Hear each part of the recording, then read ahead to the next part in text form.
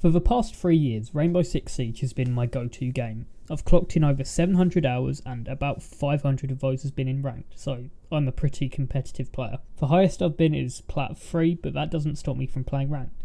However, there are still a load of problems in the game, and this video is here to address all those problems, show how they could possibly be fixed, and make the game even better. This video will be split into 2 categories: matchmaking and vision. The first category is solo queue. Solo queuing has been a go-to for many players in the game on any platform, and in my personal opinion it's quite a big problem. Let's say it's the last day of the season. Obviously you want to try and get to that Plat 3 ranking in which you so desperately deserve, right? But wait, there's a problem.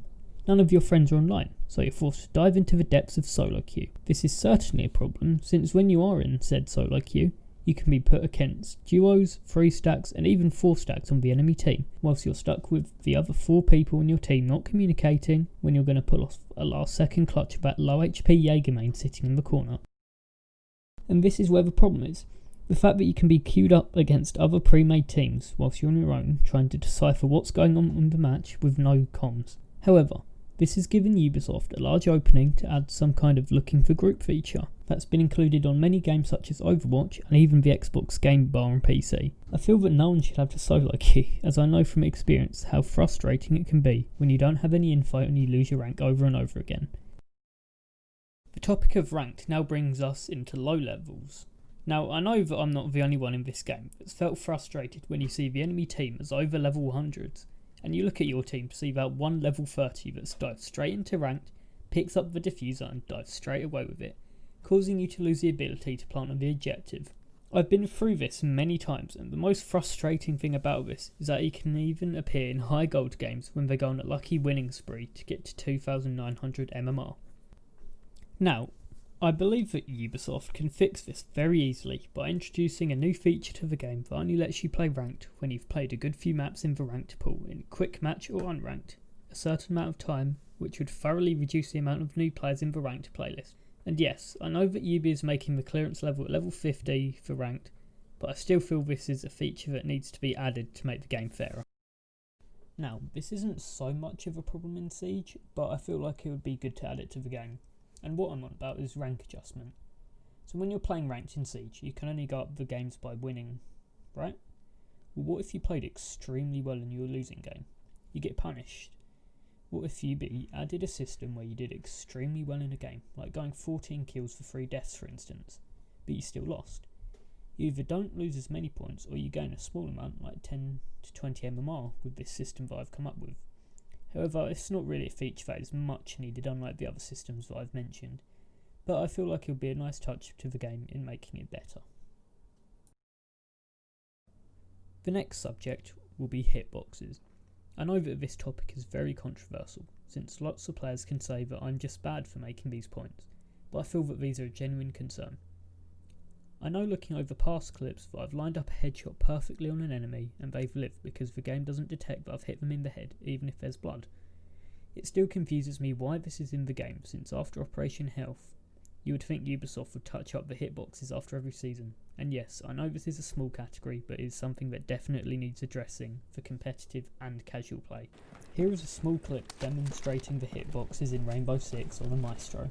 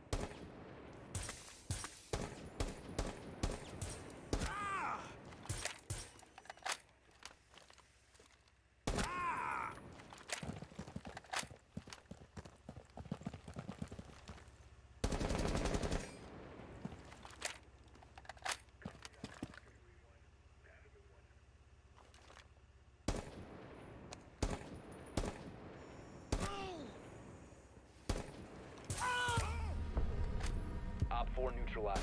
Mission successful. As you can see, there are some areas that simply don't register that you've hit. Coming over from hitboxes, we'll talk about peaks advantage.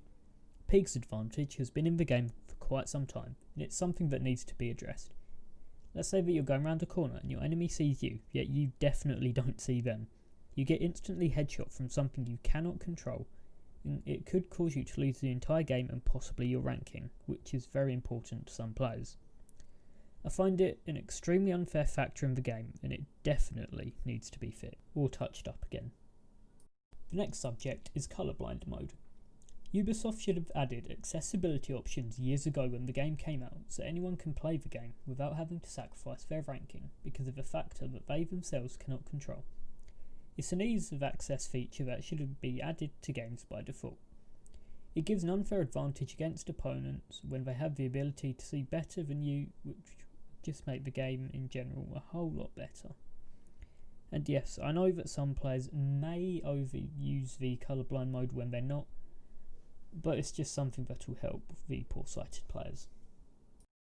Okay, so my last point is probably overused a lot, but it's a very valid point. The Ubisoft servers are absolutely terrible.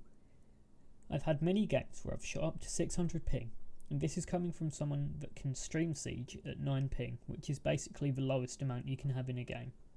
Their servers definitely need to be fixed with their amount of income that they get in every year, so I doubt it would cost them a lot.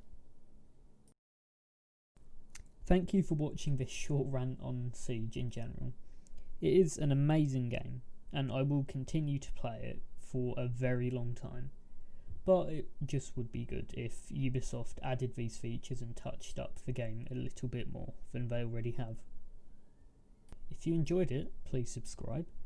And if you want to catch me occasionally streaming, you can go onto my Twitch channel where I stream from 12 until 5 o'clock every Tuesday to Friday. Thank you for watching again, and bye.